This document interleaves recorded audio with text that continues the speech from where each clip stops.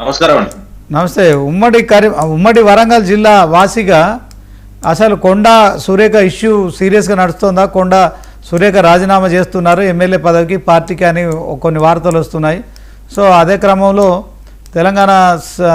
తెలంగాణలో ఈ 22A భూముల సమస్య అదే ఆ నిషేధిత జాబితాలకు వెళ్ళిన తర్వాత ఈ సమస్య రోజు రోజుకు రాష్ట్ర వ్యాప్తంగా కూడా రోజు పెరుగుతుందనే వాదనలు వినిపిస్తున్నాయి, ఆరోపణలు కూడా వస్తున్నాయి, కొంత కంప్లైంట్స్ కూడా వినిపిస్తున్నాయి. మీ దగ్గర పరిస్థితి ఏంటి 22A ఉమ్మడి వరంగల్ జిల్లాలో?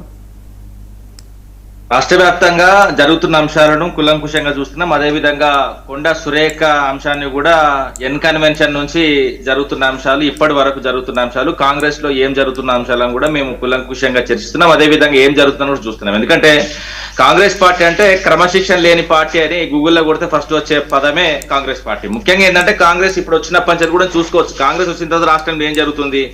ముఖ్యంగా జీవన్ రెడ్డి సొంత మిత్రుడు, అదేవిధంగా ప్రాణ స్నేహితుడు గంగారెడ్డిని నడి రోడ్డు మీద నరికి చంపేసి చూసినాం. ఆయన దాని తర్వాత చాలా విధాలుగా హట్ అయ్యిండు. దాని తర్వాత ఏం జరిగింది అన్నది కూడా ఆయన ఒక సీనియర్ అంటే ఏ విధంగా గోసపెట్టుకుంటున్నారో, కరుడు కట్టిన కాంగ్రెస్ నాయకులను ఏ విధంగా ఇబ్బంది పెడుతున్నాడు ఈ రేవంత్ రెడ్డి, అచ్చ కాంగ్రెస్ పచ్చ కాంగ్రెస్ అని కూడా సుష్మిత చెప్పడం జరిగింది. వాస్తవంగా జరిగేది కూడా అదే కదా. మేము మొదటి నుంచి మొట్టుకుంటున్నది అదే. తెలంగాణలో నడుస్తున్నది ఎంసీఆర్ ప్రభుత్వం, మోడీ చంద్రబాబు రేవంత్ రెడ్డి ప్రభుత్వాన్ని కూడా గతం నుంచి నేను చెప్పడం జరుగుతుంది. అదే విధంగా ఇప్పుడు ఏ పదవులు కావాలన్నా కూడా అమరావతికి పోతే పదవులు వస్తున్నాయి తప్ప రేవంత్ రెడ్డికి డైరెక్ట్ గా కలిస్తే రావట్లేదు అన్నది కూడా చూసుకోవచ్చు. ముఖ్యంగా ఏంటంటే తెలంగాణ ముఖ్యమంత్రి ఆంధ్రప్రదేశ్ అసిస్టెంట్ ముఖ్యమంత్రిగా పనిచేస్తున్నాడు. అదే విధంగా ఈ చంద్రబాబుకు అదే విధంగా ఒక రేవంత్ రెడ్డి అనే వ్యక్తి ఒక పిఏ లాగా పనిచేస్తున్నది కూడా చూసుకోవచ్చు. ముఖ్యంగా ఏంటంటే దాని తర్వాత కోమటిరెడ్డి వెంకటరెడ్డి మాటలు కూడా ఏ విధంగా విమర్శించండి ప్రభుత్వం మీద, ప్రభుత్వం ఏ విధంగా అవినీతితో కూడుకుపోయిందన్నది కూడా చెప్తూనే వస్తున్నాడు. అదే విధంగా హర్షవర్ధన్ రెడ్డి వీళ్ళ ఎమ్మెల్యేనే ఒక మంత్రికి డైరెక్ట్ ఖమ్మం సంబంధించిన మంత్రికి పొంగులేటికి 30% గాడు వస్తున్నాడు అని కూడా చెప్పడం జరుగుతుంది. ఈ విధంగా జరుగుతున్న అంశాల్లో మహేష్ కుమార్ గౌడ్ కూడా ఒక నాయకుడు ఫోన్ చేసి మనకు పదవులు కావాలంటే ఏం చేయాలన్నా మరీ ఘోరంగా గాంధీ భవన్ చుట్టూ తిరిగితే అసలు పదవులు వస్తలేవు, ఏ విధంగా వస్తున్నాయంటే క్లియర్ గా షబ్బీర్ అలీ చెప్పడం జరిగింది. షబ్బీర్ అలీ ఏం చెప్పిండు, ఆడియో కూడా బయటకు వచ్చింది. అయినా కూడా చెప్తున్నా, ఎందుకంటే డబ్బులన్నీ ఉండాలి, లేకపోతే అమ్మాయిలన్నా బండ పెట్టాలి, అలాంటి వాళ్ళకే పదవులు వస్తున్నాయని గంత గలీజ్ గా మాట్లాడుతున్నట్టే ఈ పార్టీ అసలు వాస్తవంగా ఓ పార్టీ నడుపుతుందా, బ్రోతల్ హౌస్ నడుపుతుందా అని కూడా నేను అడుగుతున్నా.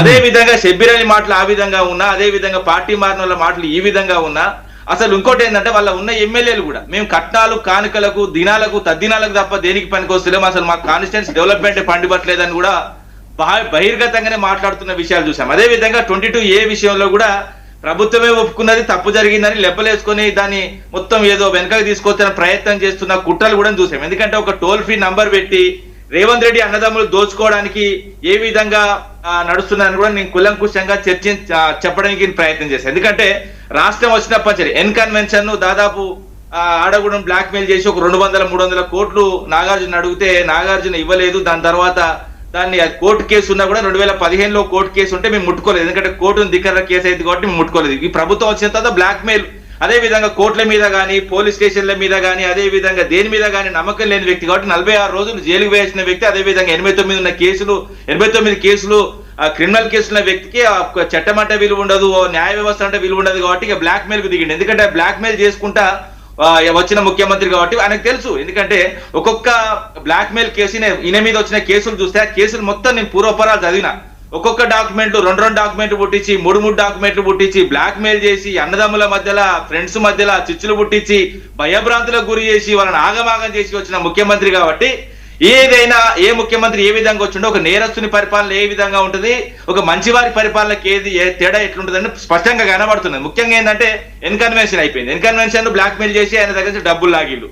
అదే విధంగా సెంట్రల్ యూనివర్సిటీ భూములు కూడా 400 ఎకరాలు లాక్కొని ప్రయత్నం చేస్తే కూడా రాష్ట్రంతో పాటు దేశవ్యాప్తంగా ఆందోళన వచ్చిన తర్వాత వాస్తవంగా కొన్ని మూసుకొని కూర్చున్నారు. దాని తర్వాత హిల్ట్ భూములు, హైదరాబాద్ సంబంధించిన అంశాలు చెప్తా.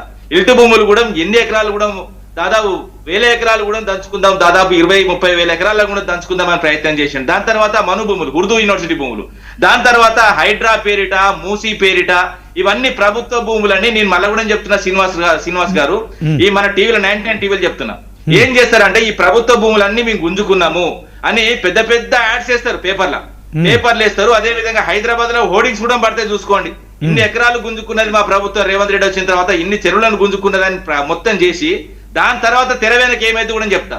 1,00,000 ఎకరాలు ఇంటూ మీరు లెక్క పెట్టుకోండి. హైదరాబాద్ లో ప్రైమ్ ఏరియాలో 100 నుంచి 200 కోట్లకు ఎక్కడ కూడా ఎకరం తక్కువ లేదు. వాటి 100 కోట్లు వేసుకోండి, 200 కోట్ల దాకా పోతున్నాను, 100 కోట్లు వేసుకుందాం. నిన్న 268 కోట్లు అమ్ముడు పోయింది, కానీ నేను 100 కోట్లే చెప్తున్నా. 100 కోట్లు ఇంటూ 1,00,000 ఎకరాల భూములు దగ్గర చేసి ఆ భూములను, నేను మళ్ళీ కూడా చెప్తున్నా, ఆ భూములను TGIIC ద్వారా గాని లేకపోతే HMDA ద్వారా గాని మొత్తం టెండర్లు పిలిచి మొత్తం అమ్ముతారు. అమ్మిన దాంట్లో కూడా రేవంత్ రెడ్డికి సంబంధించిన బినామీ కంపెనీలు ఎంటర్ అవుతాయి. నేను చెప్తున్నాగా, మొన్నటికి మొన్న ఒక కంపెనీ తీసుకొచ్చి 1,00,000 రూపాయల పెట్టుబడి ఉన్న కంపెనీకి దాదాపు 200 కోట్ల ఆస్తులు ఇచ్చింది. ఈ విధంగా మొత్తం భూములను దగ్గర చేసుకొని, నేను చెప్తున్నా, మళ్ళీ కూడా చెప్తున్నా, రాష్ట్ర ప్రజలు అర్థం చేసుకోవాలి. లంకెల బిందెల కోసం వచ్చిన ముఖ్యమంత్రికి లంకెల బిందెలు దొరికినాయి. లంకెల బిందెలు అంటే దొరికేది ఏంటంటే భూమే. మళ్ళా చెప్తున్నా, విలువైన భూమి, తెలంగాణలో విలువైన భూమి లంకెల బిందెలుగా దోచుకోనికి ప్రయత్నం చేస్తున్నాడు. ఎందుకంటే ఈ 1,00,000 ఎకరాలు గుంజుకొని మొత్తం కంప్లీట్ గా వాటి వేలం ద్వారా చేజిక్కించుకునే ప్రయత్నం చేస్తున్నాడు. కానీ ఈ కుట్రలను ఆది నుంచి మేము అడ్డుకుంటూనే ఉన్నాం. ముఖ్యంగా ఎందుకంటే మీరు కూడా అడగచ్చు, గతంలో మీరు కూడా అడగలేదంటే మీ మమ్మీ 9.5 సంవత్సరాల్లో 9.5 సంవత్సరాల్లో, ఒక నిమిషం ఆగండి శ్రీనివాస్ గారు, 9.5 సంవత్సరాల్లో 195 ఎకరాలు అమ్మినాం. అది కూడా కరోనా వచ్చిన తర్వాత కొంచెం ఆర్థిక పరిస్థితి అతలాకుతలం అయితే దాన్ని సర్దిదిద్దడానికి మళ్ళీ కూడా చెప్తున్నా, 9.5 సంవత్సరంలో 195 ఎకరాలు మాత్రమే. ఇప్పుడు ఈ ప్రభుత్వం వచ్చిన తర్వాత 31 నెలల్లో 20,000 ఎకరాలను అమ్మింది. అదే విధంగా ఇంకా 80,000 ఎకరాలను మొత్తం దగ్గరికి తీసుకొచ్చి ప్రయత్నం చేస్తుంది. 1,00,000 ఎకరాలు అమ్ముకొని జేబులు నింపుకోనికి 5 ఏళ్ళు 5 అన్నదమ్ములు బాగుపడడానికి ప్రయత్నం చేస్తున్నారు. అదే విధంగా 22A తీసుకొచ్చి, 22 దేనికి పెడతారండి? 22A నేను చెప్తున్నా, 1908లో ఇది వచ్చింది ఈ చట్టం. వాస్తవంగా చెప్పండి, ప్రభుత్వ భూములను ఫ్రీ చేయనికి, అదే విధంగా దేవాదాయ భూములను ఫ్రీ చేయనికి, అదే విధంగా వక్స్ భూములను ఫ్రీ చేయనికి, అదే విధంగా సీలింగ్ భూములను ఫ్రీ చేయనికి, అదే విధంగా కోర్టులో కొట్లాడుతున్నాయి. ఎందుకంటే ఇద్దరి మధ్యలో ఉన్న భూములు కూడా ఎవడు కొనద్దు ఎవడు అనద్దు అన్నప్పుడు 22A అప్లై అవుతుంది. కానీ ఈ ప్రైవేట్ భూములకు 22A పెట్టిన ఎవరివి? నువ్వు ఎవరి కోసం వచ్చిన ఈ ప్రభుత్వము ఒక బ్రోకర్ ప్రభుత్వము. నేను చెప్తున్నా, ఈ ప్రభుత్వం ఒక దొంగ ప్రభుత్వము, ఒక నేరస్తుని పాలన. నేను మళ్ళీ కూడా చెప్తున్నా, ఇది నేరస్తుని పాలన. ఎందుకంటే 46 రోజులు జైలు పోయినప్పుడు రేవంత్ రెడ్డికి 1776 నంబర్ ఇచ్చిలండి. నేను చెప్తున్నా, ఖైదీ నంబర్ 1776 పాలన నడుస్తున్నా, అంతే తప్ప కానీ రాష్ట్రంలో ఒక మంచి పరిపాలన, తెలంగాణ సౌభాగ్యం కోసం గాని, తెలంగాణ మంచి కోసం గాని, తెలంగాణ ఏదైతే ఆడపడుచుల వాస్తవంగా ఆరోగ్యం కోసం గాని, ఇతర అంశాల కోసం గాని, సంక్షేమం కోసం గాని రాలేదు. బ్లాక్ మెయిల్ చేయడానికి వచ్చింది, అదే విధంగా దోచుకోడికి దాచుకోనికి వచ్చింది అనేది క్లియర్ కనబడుతుంది. ఎందులో లేదండి, వాళ్ళ మంత్రివర్గంలో జరుగుతున్నది. వాళ్ళ మంత్రిని 30% కదా పెడతారు. అదే విధంగా ఆర్థిక శాఖ మంత్రి భార్య నన్ను 30% అడిగిందని ఒక మహిళా ఉద్యోగిని బయటకు వచ్చి మాట్లాడితే సిగ్గు శరం ఉన్న ప్రభుత్వం అయితే ఉరి పెట్టుకొని సావాలి. ఏందండి ఈ ప్రభుత్వం? ఇదో ప్రభుత్వమా? అసలు వాస్తవం ప్రభుత్వం నడుపుతున్నారా? అసలు వాస్తవంగా ఒక బ్రోకర్ సంస్థ నడుపుతున్నారా, లేకపోతే ఒక కమిషన్ల దుకాణం? ఓకే, రామూర్తి గారు మీరు ఆగండి. ఒకసారి కాంగ్రెస్ నాయకులు ఉన్నారు, ఆయనతో కూడా మాట్లాడదాం. డాక్టర్ శివకుమార్ లాల్ గారు.